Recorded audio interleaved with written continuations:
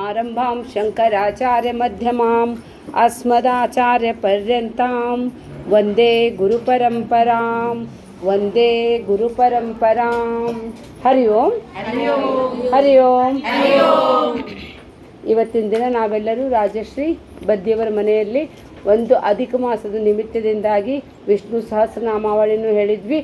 ಅನೇಕ ಅನೇಕ ಅನೇಕ ಅನೇಕ ಅನೇಕ ಶ್ರೀನಿವಾಸನ ಹಾಡು ಕೇಳಿದ್ವಿ. ಆದರೂ ಸಹಿತ ಇದರಲ್ಲಿ ಪುರಾಣ ಹೋಗ್ತಾರೆ. ಇದು ಪುರಾಣ ಎಷ್ಟು ಹೇಳಿದ್ರು ಅದು ಕಡಿಮೆನ ರೀ. ಶುರು ಮಾಡಿದ್ಲ ಬಾಕಿ ಪುರಾಣ ಅಂತಾರೆ ನೋಡ್ರಿ, ಅದು ಎಂಡ್ಲೆಸ್ ರೀ. ಆದರೂ ಸಹಿತ ಅದರಲ್ಲಿಯೂ ಕೂಡ ಅರ್ಥ ಇದೆ ರೀ. ಪ್ರಾರಂಭಿಕಾವಸ್ಥೆಯ ಸಾಧಕರಿಗೆ ಅದು ರುಚಿಸ್ತೈತಿ.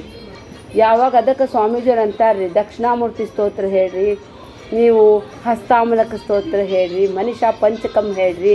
ಅಂದರೆ ಅದರಲ್ಲಿ ಜ್ಞಾನಯುಕ್ತ ಅದ ರೀ. ಇವು ಏನಿದಾವಪ್ಪ ಅಂತ ಹೇಳಿದರೆ ಇವು ಮನುಷ್ಯನಿಗೆ ರಂಜಿಸುವಂಥದ್ದು ರೀ.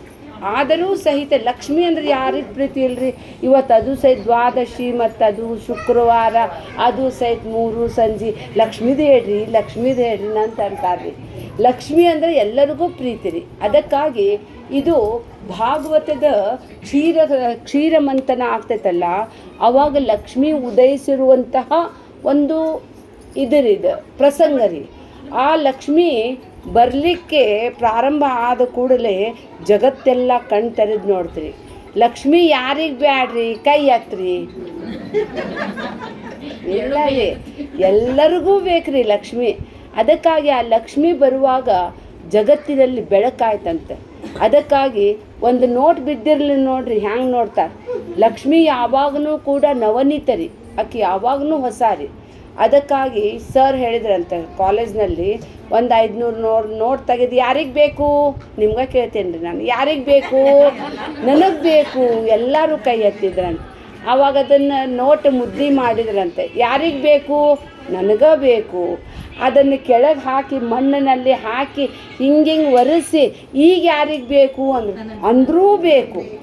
ಅಂದರೆ ಲಕ್ಷ್ಮಿ ಯಾವಾಗಲೂ ಬೇಕು ರೀ. ಲಕ್ಷ್ಮಿ ಅಂದರೆ ಮಾಯಾ ರೀ. ಮಮ ಮಾಯಾ ದುರತ್ಯಯ. ಮಾಯನ್ನು ದಾಟೋದು ಅಷ್ಟು ಸುಲಭದ ಅಲ್ಲ ರೀ. ಅದಕ್ಕಾಗಿ ನಾರಾಯಣ ಜ್ಞಾನಪ್ರದ ಇದ್ದಾನೆ, ಲಕ್ಷ್ಮಿ ಇದ್ದಾಳಲ್ಲ ಅವಳು ಇಹಭೋಗ ಪ್ರದಾಯಕಳು. ಅದಕ್ಕಾಗಿ ಕೇಳಿದ್ರಂತ, ಎಲ್ಲ ಒಂದು ಸೆಮಿನಾರ್ ನಡೆದಿತ್ತಂತ, ಎಲ್ಲಕ್ಕಿಂತ ಶ್ರೇಷ್ಠ ಯಾರು ಅಂತ ಕೇಳಿದ್ರಂತ. ಕೇಳಿದ ಕೂಡ ಈಗ ನಮಗೂ ಕೇಳ್ರಿ ಯಾರಂತ ಹೇಳಿ, ಲಕ್ಷ್ಮೀನ ಅಂತೇವ್ರಿ ನಾವೆಲ್ಲರೂ. ಆದರೆ ನಾರಾಯಣ ಹೇಳಿದ ಅಂತ ಸರಸ್ವತಿ ಶ್ರೇಷ್ಠ ಅಂತೇಳಿ. ಲಕ್ಷ್ಮೀ ಸಲುವಾಗಿ ಅನೇಕ ಯುದ್ಧಗಳಾಗಿದ್ದಾವೆ, ಲಕ್ಷ್ಮೀ ಸಲುವಾಗಿ ಅನೇಕ ಅಣ್ತಮ್ರ ಮಂತನೆಲ್ಲ ಮುರಿದಿದ್ದಾವೆ. ಆದರೆ ಸರಸ್ವತಿ ಹಂಗಲ್ಲ ರೀ. ಲಕ್ಷ್ಮಿ ಯಾವಾಗಲೂ ಚಂಚಳಳು. ಅವಳು ಇರೋದೇ ನೀರಿನಲ್ಲಿ ಇದ್ದರೂ ಸಹಿತ ಅದು ಸಹಿತ ಕಮಲದಲ್ಲಿ ಇದ್ದರೂ ಸಹಿತ ಹರಿಯುವ ನೀರಿನಲ್ಲಿ. ಚಂಚಲ ರೀ, ಬಹಳ ಚಂಚಲ ಇದ್ದಿದ್ದು ಎಂದು ಸುಖವನ್ನು ಕೊಡೋದಿಲ್ಲ ರೀ. ಅವಳ ಬುದ್ಧಿ ಏನಂತ ಹೇಳಿದರೆ ಯಾವಾಗಲೂ ಕೂಡ ಹಪಾಹಪಿ ರೀ. ಅದಕ್ಕೆ ಪೂರ್ಣತ್ವ ಬೇಕಾಗಿದ್ದೇ ಆದರೆ ಸರಸ್ವತಿ ಆರಾಧನೆ ರೀ. ಅದಕ್ಕೆ ನಾರಾಯಣ ಲಕ್ಷ್ಮಿಗೆ ಲೈಕ್ ಮಾಡಂಗಿಲ್ಲ ರೀ, ನಾರಾಯಣ ಸರಸ್ವತಿಗೆ ಲೈಕ್ ಮಾಡ್ತಾನೆ. ಅವನಂತಾನೆ ಸರಸ್ವತಿ ಬಂದರೆ ಒಂದು ಸಲ ಬಂದು ಹೋಗೋದಿಲ್ಲ. ಲಕ್ಷ್ಮೀ ಸರಸ್ವತಿ ಬೇಜಾರು ಅನ್ನಿಸ್ತಾಳ್ರಿ. ಎದಕ್ಕಂತ ಹೇಳಿದರೆ ಕಲಿಬೇಕಾಗ್ತೈತ್ರಿ. ಅದಕ್ಕೆ ತನ್ನನ್ನು ತಾನು ಸಮರ್ಪಿಸಬೇಕಾಗ್ತೈತಿ. ಲಕ್ಷ್ಮಿ ಬರಲಿಕ್ಕೆ ನಾನು ಬರೆಗ ಕರೋಡ್ಪತಿಯೊಳಗೆ ಒಂದು ದಿನ ಹೋದ್ರೆ ನನಗೆ 10 ಕೋಟಿ 7 ಕೋಟಿ ತಕ್ಷಣವೇ ಬರಬಹುದು. ಆದರೆ ಸರಸ್ವತಿ ಮಾತ್ರ ತಲೆ ಒಳಗೆ ಕುಟ್ಟಿ ತುಂಬಿದ್ರೂ ಸಹಿತ ಬರಂಗಿಲ್ಲ ರೀ.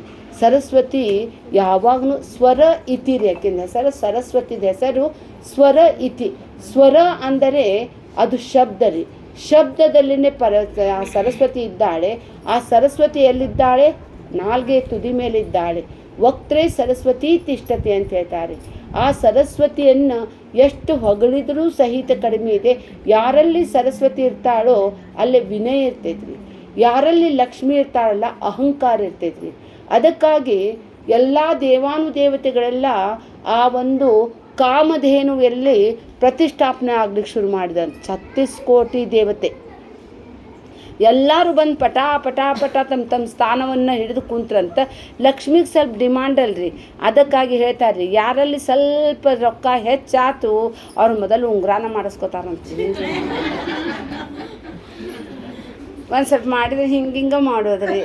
ಅಂದರೆ ಲಕ್ಷ್ಮಿಗೆ ಯಾವಾಗಲೂ ಕೂಡ ಒಂದು ಸ್ವಲ್ಪ ಹೆಚ್ಚದ ರೀ, ಅಹಂಕಾರ ಹೆಚ್ಚದ. ಅದಕ್ಕಾಗಿ ಹೇಳಿದ್ರಂತ ಒಂದು ಇಲಿ ಒಬ್ರ ಮನ್ಯಾಗಿಂದ ವಜ್ರದ ಉಂಗುರಾನ ತಿಂದ್ಬಿಡ್ತಂತ್ರಿ. ಭಾಳ ಇಲಿ ಇದ್ವು ಅಂತ ತಿಂದೇ ಬಿಡ್ತಂತ. ಇಲಿ ಹಿಡಿಯೋನು ಕರ್ಕೊಂಬಂದ್ರಂತ. ಆ ಇಲಿ ಹಿಡಿಯೋನು ಭಾಳ ಶಾಣೆ ಇದ್ದ ಅಂತ. ಅವನೇನೋ ಒಂದು ಔಷಧಿ ಇಟ್ಟ ಅಂತ ಎಲ್ಲ ಇಲಿಗಳು ಮನ್ಯಾಗಿನ ಓಡ್ ಬಂದು ತಿನ್ನಾಕ ಕುಂತ್ವಂತ. ಅದ್ರಾಗ ಒಂದು ಇಲಿ ಹಿಡಿದ ಅಂತ, ತಗೋರಿ ಇಲಿ ತಿಂದೈತಿ, ಇದನ್ನು ತೊಗೊಂಡು ಅದಕ್ಕೆ ಆಪ್ರೇಷನ್ ಮಾಡಿ ತೆಗೀರಿ ಅಂತೇಳಿ ತೆಗಿದ್ರಂತ. ಖರೇನಾದ್ರೂ ಹೊಟ್ಟೆಯಾಗಿತ್ತಂತ. ನಿಮಗೆ ಹ್ಯಾಂಗೆ ಗೊತ್ತಾತ್ರಿ ಇಷ್ಟು ಇಲಿ ಒಳಗೆ ಅದ ತಿಂದೈತೆ ಅನ್ನೋದು ಹ್ಯಾಂಗೆ ಗೊತ್ತಾತು ಅಂತ ಕೇಳಿದ್ರಂತ. ಆವಾಗ ಅವನಂದ ಅಂತ, ಇದರ ಹೊಟ್ಯಾಗ ವಜ್ರದ ಉಂಗುರ ಇದ್ದಿದ್ದಕ್ಕೆ ಎರಡ ಕಾಲಿನ ಮೇಲೆ ಹಿಂಗೆ ನಡ್ಯಾಕತ್ತಿತ್ತಂತ. ಅಂದರೆ ಅಹಂಕಾರದ ಪ್ರತೀಕ ರೀ. ಅದಕ್ಕಾಗಿ ಆ ಅಹಂಕಾರ ನಿರಸನ ಮಾಡೋನೇ ನಾರಾಯಣ್ರಿ. ಅದಕ್ಕಾಗಿ ಈಗ ಇವ್ರು ಹೇಳಿದ್ದ ಹಾಡರಿ, ಅವಳು ಹ್ಯಾಂಗೆ ಬರ್ತಾಳೆ, ಬರುವಾಗ ಭಾಳ ಚಂದ ಕಾಣಿಸ್ತಾಳ್ರಿ, ಹೋಗುವಾಗ ಜರ ಬೇಜಾರಾಗ್ತಾಳೆ. ಬರುವಾಗ ಘಲ್ ಅಂತ ಬರ್ತಾಳೆ. ತಿಂಗಳದ ಪ್ರಾರಂಭದಲ್ಲಿ ಬರುವಾಗ ಭಾಳ ಸಂತೋಷ ರೀ. 1ರಿಂದ 21ರವರೆಗೂ ಆನಂದ ರೀ. 30ರವರೆಗೆ ಬಂಡಾಟ ರೀ. ಆದರೂ ಲಕ್ಷ್ಮಿಗೆ ಇಲ್ಲಿ ಎಷ್ಟು ಸುಂದರವಾಗಿ ವರ್ಣನೆ ನೋಡಿದ್ದೆ. ಆದರೆ ಕಿರುಗೆಜ್ಜೆಯ ಘಲ್ ಎನ್ನುತ್ತ ಮುದ್ದು ಪಾದದಿ ಹೆಜ್ಜೆಯ ನಿಕ್ಕುತ್ತ. ಅಂದರೆ ಸಮುದ್ರ ಮಂಥನದಲ್ಲಿ ಅವಳು ಬರ್ತಾಳೆ. ಬಂದ ತಕ್ಷಣವೇ ಎಲ್ಲಾರ್ದು ಶಬ್ದ ಝನ್ ಪೈಸೋಂಕ ಗೋಲ್ಡ್ ಕಾಯಿನ್ ICIC ಬ್ಯಾಂಕದ್ದು ಅದು ಸಹಿತ 10 ಗ್ರಾಮ್ ಅಲ್ರಿ, 100 ಗ್ರಾಮದ್ದು ಬಂದರೆ ಅದದ ಒಂದು ಆವಾಜನೇ ಬೇರೆ ರೀ. ಘಲ್ ಎನ್ನುತ್ತಾ ಮುದ್ದು ಪಾದದಿ ಹೆಜ್ಜೆಯ ನಿಕ್ಕುತ್ತ, ಹೆಜ್ಜೆಯ ಮೇಲೊಂದು ಹೆಜ್ಜೆಯ ನಿಕ್ಕುತ್ತ ಎಡಬಲ ಗಜದಲ್ಲಿ ಅಂತ ಹೇಳಿದರೆ ಅವಳು ಬರ್ತಾ ಇದ್ದಾಳಪ್ಪ ಅಂದಿದ್ದಕ್ಕೆ ಎಲ್ಲ ದೇವಾನುದೇವತೆಗಳೆಲ್ಲರೂ ನಿಂತು ಬಿಡ್ತಾರ್ರಿ. ಎಲ್ಲರೂ ಸಾಲು ಹಿಡಿದು ಬಿಡ್ತಾರ್ರಿ. ಸಾಲು ಹಿಡಿದು ಅಕ್ಕಿ ನನಗೆ ನೋಡಬೇಕು, ಬರೀ ಹಿಂಗೆ ನೋಡಿದ್ರೆ ಸಾಕ್ರಿ, ಹಿಂಗೆ ಮಾಡ್ತಾರೆ ನೋಡ್ರಿ. ಅದಕ್ಕಾಗಿ ನಾವು ಎಲ್ಲೆಲ್ಲರ ತೀರ್ಥಕ್ಷೇತ್ರಕ್ಕೆ ಹೋಗಿರ್ತೇವಲ್ರಿ, ನಮಗೆ ಏನಾರು ಲಘು ಹೋಗೋದೈತೆ ಅಂತ ಹೇಳಿದ್ರೆ ನಮ್ಮ ಜೊತೆಗೆ ಬಂದವ್ರಿ 500 ನೋಟ್ ಹಿಂಗೆ ಹಿಡಿದು ಬಿಡ್ತಿದ್ರಿ ಅವ್ರು. ಮತ್ತು ಕೂಡ ಅಲ್ಲಿ ಯಾರಲ್ಲಿ ಇನ್ಚಾರ್ಜ್ ಇರ್ತಾರೆ ನೋಡ್ರಿ, ಅವೋ ಮಾಜಿ ಅಂತ ಕರ್ಕೊಂಡು ಹೋಗ್ತಿದ್ರು. ಅಂದರೆ ಹಣ ಅಂದರೆ ಹೆಣಾನು ಬಾಯಿ ತೆಗಿತೈತ್ರಿ. ಅದಕ್ಕಾಗಿ ಎಲ್ಲ ದೇವಾನುದೇವತೆಗಳೆಲ್ಲರೂ ಅವಳಿಗೆ ನೋಡ್ತಾರೆ. ಆಕಿಂದ ಒಂದು ದೃಷ್ಟಿ ಬಿದ್ದರೂ ಸಹಿತ ಧನ್ಯತಾ ಭಾವವನ್ನು ಹೊಂತಾರೆ. ಆಗ ಆಕೆ ಏನು ಮಾಡ್ತಾಳೆ ಅಂತ ಹೇಳಿದರೆ, ಎಡ ಬಲ ಗಜಗನ ಪೂಜೆಗೊಳ್ತಲ್ಲಿ ಬಿಡದೆ ತನ್ನ ಕರಕಮಲದಿ ಅಭಯವನ್ನು ಕೊಡ್ತಾ ಹಾಯ್ ಬಾಯ್ ಮಾಡ್ಕೊತ ಹೋಗ್ತಾಳ್ರಿ. ಅಭಯರಿದೆ. ನಿಮಗೆ ನಾಳೆ ರೊಕ್ಕ ಕೊಡ್ತೇನೆ ರೀ ಅಂದ್ರೂ ಸಹಿತ ಸಂತೋಷ ಆಗ್ತೈತ್ರಿ. ಇವತ್ತು ತಂದಿಲ್ರಿ ಪಾಕಿಟ್ ವಿಜಯಕಾರ, ನಾಳೆ ಕೊಡ್ತೇನೆ ಚಲೇಗ. ಅತಿ ಹರುಷದಿ ಅಂದರೆ ಅತಿ ಹರುಷದಿ ಹಿತದಿ ತನ್ನ ಪತಿಯ ಸಹಿತ ಆಗಿ ವಾರಿ ನೋಟದಿಂದ ಭಕ್ತರಿಗೆ ವರವ ಕೊಡುತ್ತಲ್ಲಿ. ಅತಿ ಹರುಷದಿಂದ ಅಕ್ಕಿ ತನ್ನ ಪತಿಯನ್ನು ಹುಡುಕಾಕತ್ತಿದ್ಲರಿ. ಪತಿಯನ್ನು ಹುಡ್ಕಕ್ಕೆ ಶುರು ಮಾಡಿದ ಕೂಡಲೇ ನಾರಾಯಣ ನೋಡಿದಲ್ಲ, ಇವನ ಬಂದ್ಲ ಈಗ ಜಗಳ ಶುರು ಅಂಥೇಳಿ ಇಲ್ಲಿ ನಿಂತವನು ಓಡೋಗಿ ಲಾಸ್ಟ್ ಲೈನ್ ಮೇಲೆ ನಿಂತ್ಬಿಡ್ತಾನೆ ರೀ. ಅವ ಯಾರಿಗಾರ ಹಾಕೋಲಿ, ಯಾರಿಗಾರ ಮನೆಗೆ ಹೋಗ್ಲಿಕ್ಕಿ, ನನಗೆ ಮಾತ್ರ ಬೇಡ ಅಂಥೇಳಿ. ಅವಾಗಕ್ಕಿ ಹಂಗೆ ಹೋಗ್ತಾಳೆ. ಎಂತೆಂಥವ್ರು ಸಹಿತ ತನ್ನ ಕೊರಳನ್ನು ಉದ್ದ ಮಾಡ್ತಾರಂತ. ಆದರೂ ಆಕೆ ವಾರಿ ಓಟದಿಂದ ತನ್ನ ಪತಿಯನ್ನು ಹುಡುಕ್ತಿರ್ತಾಳೆ. ಆ ನಾರಾಯಣನ ಕಡೆ ಬರ್ತಾಳೆ. ಈಗ ವರಮಾಲೆ ಹಾಕ್ಬೇಕಂದಿರ್ತಾಳೆ, ಅವನು ಹೊಳ್ಳಿ ನಿಂತು ರೀ. ಅದಕ್ಕಾಗಿ ಹೇಳ್ತಾರೆ ರೀ, ಯಾರಿಗೆ ಲಕ್ಷ್ಮಿ ಬರ್ತೈತಲ್ಲ ಅವ್ರಿಗೆ ವಿದ್ಯೆ ಬರ್ತೈತೆ ಅನ್ನೋ ಗ್ಯಾರಂಟಿ ಇಲ್ಲ ರೀ. ಅದು ಚಿಕ್ಕ ವಯಸ್ಸಿನಲ್ಲಿ ಯಾರಲ್ಲಿ ಹಣ ಹೆಚ್ಚಾದರೆ ಆ ಮನೆಯ ಮಕ್ಕಳು ಅಷ್ಟು ಶಾಣೆ ಇರಂಗಿಲ್ಲ ರೀ. ಜೀವನದಲ್ಲಿ ಹಣ ಅಂದರೆ ಅದು ಎಷ್ಟಪ್ಪ ಅಂತ ಹೇಳಿದರೆ, ಗುರುಕುಲದಲ್ಲಿ ಇದ್ದುಕೊಂಡು ಆ ಹಣದಲ್ಲ ಇದನ್ನು ಮುಟ್ಟಾಕ್ ಸಹಿತ ಕೊಡೋಂಗಿಲ್ಲ ರೀ. ನಮಗೆಲ್ಲ ಎಷ್ಟು 3 ವರ್ಷ ಅಂತ ಹೇಳಿದ್ರೆ 1 ಪೈಸಾನೂ ಇಲ್ದ ಅಲ್ಲೇ ಇರಬೇಕು ರೀ. ಅಂದರೆ ಆವಾಗ ಕಿ ವಿದ್ಯೆ ಒಲಿತಾಳಂತೇಳಿ. ಹೀಗಾಗಿ ಈ ಲಕ್ಷ್ಮೀ ದೇವಿದು ಭಾಳ ಮಹತ್ವದ ರೀ. ಆ ಲಕ್ಷ್ಮಿ ಎಲ್ಲಿ ಬರ್ತಾಳಲ್ಲ, ಸ್ವಲ್ಪ ಆದರೂ ಅರ್ಥಮನರ್ಥಮ ಭಾವಯ ನಿತ್ಯಂ ನಾಸ್ತಿ ತತ ಸುಖ ಲೇಷಃ ಸತ್ಯಂ. ಯಾವಾಗಲೂ ಅರ್ಥ ಅನರ್ಥ ಮಾಡೋದರಿದೆ. ಅದು ನಾಸ್ತಿ ಸುಖ ಲೇಷಃ ಸತ್ಯಂ. ಅದರಲ್ಲಿ ಸ್ವಲ್ಪ ಸುಖವನ್ನು ಕೊಡುವಂತಹ ಶಕ್ತಿ ಇಲ್ಲ ರೀ. ಆ ಮನುಷ್ಯನಲ್ಲಿ ಹಣ ಬಂದಿದ್ದೇ ಆದರೆ ಆ ಮನುಷ್ಯ ಎಷ್ಟು ಘಮಂಡಿ ಆಗ್ತಾನಂತ ಹೇಳಿದರೆ, ಬೆಳದಿಂಗಳದಲ್ಲಿಯೂ ಕೂಡ ಅವನು ಛತ್ರಿ ಹಿಡಿತಾನಂತ್ರಿ. ಹೀಗಾಗಿ ಆ ಲಕ್ಷ್ಮಿಗೊಂದು ಅಹಮ್ಮ ಇತ್ತಂತ. ಎಲ್ಲ ದೇವಾನುದೇವತೆಗಳೆಲ್ಲರೂ ಆ ಕಾಮಧೇನುದಲ್ಲಿ ಪ್ರತಿಷ್ಠಾಪನೆ ಆಗ್ತಾ ಇದ್ರಂತ. ಆಗುವಾಗ ಎಲ್ಲ ದೇವ್ರು ಹೋಗಿ ಓಡ್ಕೊಂತ ಹೋಗಿ ಸೀಟ್ ಹಿಡಿದ್ರಂತ್ರಿ, ತಮ್ಮ ಸೀಟ್ ಹಿಡಿದ್ರಂತ. ಈಕೀಗ ಭಾಗ್ಯದ ಲಕ್ಷ್ಮೀ ಬಾರಮ್ಮ ಅನ್ಬೇಕ್ರಿ, ಬಾರಮ್ಮ ಬಾರಮ್ಮ ಅನ್ಬೇಕು. ಯಾರು ಬಾ ಅಮ್ಮ ಗೀಯಮ್ಮ ಅನ್ಲೇ ಇಲ್ಲಂತ. ಅನ್ಲಾರ್ದಕ್ಕೆ ನಾರ್ದ ಎಲ್ಲೇ ಹೋಗಿದ್ದ ಅಂತ, ಏನವ್ವ ಲಕ್ಷ್ಮವ್ವ ಇಲ್ಲೇ ನಿಂತಿಯಲ್ಲ, ಅಲ್ಲೆಲ್ಲರೂ ಕುಂತು ಬಿಟ್ಟಾರ, ನಿನಗೆ ಸೀಟ ಇಲ್ಲಿ ನೋಡಂತೇಳಿ ಅವನು ಹೋಗ್ಬಿಟ್ಟ ಅಂತ. ಅವನು ಜ್ಞಾನಿ ರೀ, ಜ್ಞಾನಿಗೆ ಯಾರಾದರೂ ಸಹಿತ ಬರ್ರಿ ಜಕಾರ ಬರ್ರಿ, ನಾ ಕೊಡ್ತೇನೆ ನೀ ಕೊಡ್ತೇನೆ ಅಂತೇಳಿ ಅವ್ರು ಜಾಗ ಕೊಡ್ತಾರೆ. ಲಕ್ಷ್ಮಿಗೆ ಜಾಗನ ಕೊಡಂಗಿಲ್ಲ ರೀ. ಜಾಗ ಕೊಡ್ಲಾರ್ದಕ್ಕೆ ಅವಾಗ ಆಕಿ ಕಾಮಧೇನು ಅಂತಾಳೆ, ದೇವಿ ಜಗನ್ಮಾತಾ ನಾ ತಪ್ಪಾತು, ಎಲ್ಲರೂ ಅಲ್ಲೇ ಅದ್ರಾಗ ಈಕಿ ಒಬ್ಬಕ್ಕಿನ ಗೂಗಿ ಗುಕ್, ಅದಕ್ಕಾಗಿ ಆಕಿನ ವಾಹನ ಗೂಗಿರಿ.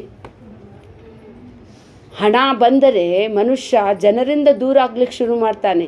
ಅವಾಗ ಆಕೆ ಹೇಳ್ತಾಳೆ, ಪ್ಲೀಸ್ ನನಗೆ ಎಲ್ಲರ ಜಾಗ ಕೊಡಂತ ಹೇಳ್ತಾಳೆ.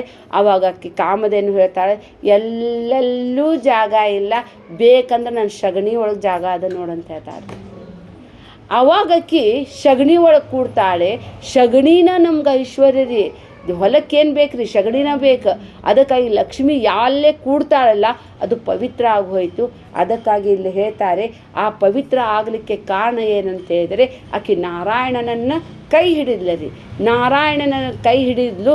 ನಾರಾಯಣನು ಸಹಿತ ಆಕಿಗೇನು ತಲೆ ಮೇಲೆ ಕುಡಿಸ್ಕೊಳ್ಳಲ್ರಿ, ಆ ಶಿವನಂಗೆ ತಲೆ ಮೇಲೆ ಒಬ್ಬಕ್ಕೀಗ ತೊಡೆ ಮೇಲೆ ಒಬ್ಬಕ್ಕೀಗ ಕುಡಿಸ್ಕೊಂಡು ಪಡಬಾರ್ದು ಕಷ್ಟಪಟ್ಟಿದ್ದು ನೋಡಿದ್ದ. ಅವನಂದ ನನ್ನ ಕಾಲು ಕೆಳಗೆ ಕೂಡಂದಾರಕ್ಕೀಗ. ಆ ಲಕ್ಷ್ಮಿಗೆ ಕಾಲು ಕೆಳಗೆ ಕುಡಿಸಿದ್ದಾನೆ. ಅದು ಸಹಿತ ಅವಳಿಂದ ಪಾದ ಸೇವೆಯನ್ನು ತಗೋತಾ ಇದ್ದಾರೆ. ಹಣ ಇಟ್ಟು ಗಳಿಸೋದು ಎಣಿಸೋದು ಮತ್ತು ಉಳಿಸೋದು ಇಡೋದು ಮಾಡಿದ್ರೆ ಅದೇನು ಮಜಾ ಬರೋಂಗಿಲ್ಲ ರೀ. ಇದ್ದ ಹಣದ ಉಪಯೋಗ ಸೇವಾ ತಗೋಬೇಕು ಅದರಿಂದ. ಆದರೂ ಸಹಿತ ಹೇಳ್ತಾರೆ, ಜೀವನದಲ್ಲಿ ಏನನ್ನು ಮಾಡಬೇಕಂತ ಹೇಳಿದರೆ ಗೇಯಂ ಗೀತಾ ನಾಮ ಸಹಸ್ರಂ ಧ್ಯೇಯಂ ಶ್ರೀಪತಿ ರೂಪಮಜಸ್ರಂ ನೇಯಂ ಸಜ್ಜನ ಸಂಗೇ ಚಿತ್ತಂ ದೇಯಂ ದೀನ ಜನಾಚಯ ವಿತ್ತಂ. ಹಣ ಬಂದರೆ ಅದು ನೀನು ಭೋಗ ಮಾಡಬೇಕು, ಇಲ್ಲಂತ ಹೇಳಿದರೆ ಅದನ್ನು ದಾನ ಮಾಡಬೇಕು. ಇಲ್ಲದೆ ಇದ್ದಿದ್ದೆ ಆದರೆ ಅದು ರೋಗಕ್ಕೆ ಕಾರಣ ಆಗ್ತೈತೆ ಅಂತೇಳಿ. ಇದ್ದಿದ್ದೆಲ್ಲ ನಾವು ತಿಂತೇವೆ, ತಿಂದು ಇಂಥ ಹೊಟ್ಟೆ ಬಂದುಬಿಡ್ತೈತಿ. ದಾನದಿಂದ ನಿಮ್ಮ ಪಾಪ ಕ್ಷಯ ಆಗ್ತೈತಿ. ಅದಕ್ಕಾಗಿ ಈ ಲಕ್ಷ್ಮೀ ಕಥೆ ಬಹಳ ದೊಡ್ಡದ ರೀ. ಲಕ್ಷ್ಮೀ ದೇವಿಗಿಂತ ನಾರಾಯಣ ಶ್ರೇಷ್ಠ ರೀ. ಅದಕ್ಕಾಗಿ ನಾರಾಯಣ ನಿನ್ನ ನನಗೆ ಅನುಗ್ರಹವಾಗಲಿ. ನಾರಾಯಣ ಅಂದರೆ ಯಾರ್ರಿ? ನರಾಯಣ ಐತಿ ನಾರಾಯಣ. ಮನುಷ್ಯರಿಗೆ ಯಾರು ಮಾರ್ಗದರ್ಶನ ಮಾಡುತ್ತಾರೋ ಅವನಿಗೆ ನಾರಾಯಣ. ಮನುಷ್ಯರ ಮಾರ್ಗದರ್ಶನ ಕೊಡೋದು ಯಾರ್ರಿ? ಸದ್ಗುರುನ ರೀ. ಅದಕ್ಕಾಗಿ ನಾರಾಯಣ ವಿವೇಕವನ್ನು ಕೊಡ್ತಾನೆ. ಆ ವಿವೇಕಯುಕ್ತ ಹಣ ಬಂತು, ನಿಮ್ಮ ಮನೆ ಸುಖ ಸಂಪತ್ತಿನಿಂದ ಕೂಡ್ತೈತ್ರಿ. ಇಲ್ಲಂತೇಳಿದರೆ ಹಣ ಇದೆ ರೀ. ಅದಕ್ಕಾಗಿ ಶ್ರೀ ಸೂಕ್ತಮ್ ಈಗ ಪಠಿಸಿದ್ವಲ್ರಿ, ಆ ಶ್ರೀ ಸೂಕ್ತದಲ್ಲಿ ಏನು ಹೇಳ್ತಾರೆ, ಅದರಲ್ಲಿ ಪ್ರಾದುರ್ಭೂತೋಸ್ಮಿನ್ ರಾಷ್ಟ್ರಸ್ಮಿನ್ ಕೀರ್ತಿ ವೃದ್ಧಿಂ ದದಾತು ಮೇ. ಇದೇ ದೇಶದಲ್ಲಿ ನನಗೆ ಈ ಹಣದಿಂದ ನನ್ನ ಕೀರ್ತಿ ಉಂಟಾಗಲಿ ಅಂತ ಹೇಳ್ತಾರೆ. ಅಲಕ್ಷ್ಮಿ ಮೇ ನಶ್ಯತಾಮ್ ಅಂತ ಹೇಳ್ತಾರೆ. ಅಲಕ್ಷ್ಮಿ ಅಂತ ಹೇಳಿದರೆ ಆಕೆ ಬರ್ತಾಳೆ ಖರೆ ರೀ, ಆದರೆ ಅವ್ರ ಮನೆಯಲ್ಲಿ ಸುಖ ಶಾಂತಿ ಇರೋದಿಲ್ಲ ರೀ. ಯಾರಲ್ಲಿ ಮಹಾಲಕ್ಷ್ಮಿ ಬರ್ತಾಳಲ್ಲ ಆ ಮಹಾಲಕ್ಷ್ಮಿ ನಿಮಗೆ ಸುಖ ಸಂಪತ್ತು ಕೊಟ್ಟು ಜ್ಞಾನವನ್ನು ಕೊಡ್ತಾಳೆ. ಅದಕ್ಕಾಗಿ ಎಲ್ಲಿ ತನಕ ಮನೆಯೊಳಗೆ ಏನ್ರಿ ಜಾಡ್ರ ಹುಳ ರಾಡಿ, ಕಂಡಲ್ಲೇ ಬಟ್ಟೆ, ಕಂಡಲ್ಲೇ ಪಾತ್ರೆ, ಕಂಡಲ್ಲೇ ಗಿಜಿ ಬಿಜಿ ಇದ್ದಿದ್ದೇ ಆದರೆ ಅಲ್ಲಿ ಲಕ್ಷ್ಮಿ ಬರೋದಿಲ್ಲ ಅಂತೀವಿ. ಲಕ್ಷ್ಮಿ ಬರ್ಬೇಕಂದಿದ್ದೇ ಆದರೆ ಶುಚೀನಾಂ ಶ್ರೀಮತಾಂಗೆ ಅಂತ ಹೇಳ್ತಾರಲ್ರಿ, ಶುಚಿ ರೀ. ಯಾರಲ್ಲಿ ರಾಗದ್ವೇಷಾದಿಗಳಿಲ್ಲವೋ, ಯಾರಲ್ಲಿ ಜೀವನದಲ್ಲಿ ತಮ್ಮ ಬಂದ ಅತಿಥಿ ಸತ್ಕಾರವನ್ನು ಮಾಡುತ್ತಾರೋ ಅವರ ಮನೆಗೆ ಮಹಾಲಕ್ಷ್ಮಿ ಬರ್ತಾಳೆ, ಅಲಕ್ಷ್ಮಿ ಹೊರಗೆ ಹೋಗ್ಬಿಡ್ತಾಳೆ. ಅದಕ್ಕಾಗಿ ಇನ್ನೂ ಮಹಾಲಕ್ಷ್ಮಿ ಎಂತೆಂಥ ಚಂದ ಅದಾವ್ರಿ. ಆದರೂ ಸಹಿತ ಇದನ್ನು ಮಧ್ವಾಚಾರ್ಯರು ಭಾಳ ವರ್ಣನೆ ಮಾಡ್ತಾರೆ. ಎಲ್ಲ ಪುರಂದರದಾಸರದ್ರಿ ಇವೆಲ್ಲ ಹಾಡುಗಳು. ಪುರಂದರದಾಸದ ಹಾಡು ಹೇಳೋಕ್ಕೂ ಚಂದದ ರೀ, ಆದರೆ ಅರ್ಥ ಭಾಳ ಅದಾವ್ರಿ. ಅರ್ಥ ತಿಳಿದರೆ ಅದು ಇನ್ನೂ ಉತ್ತಮ ಅನ್ನೋದೇ ನನ್ನ ಒಂದು ಅಭಿಪ್ರಾಯ ರೀ. ಹೀಗಾಗಿ ತಿಳಿದು ಹೇಳಿ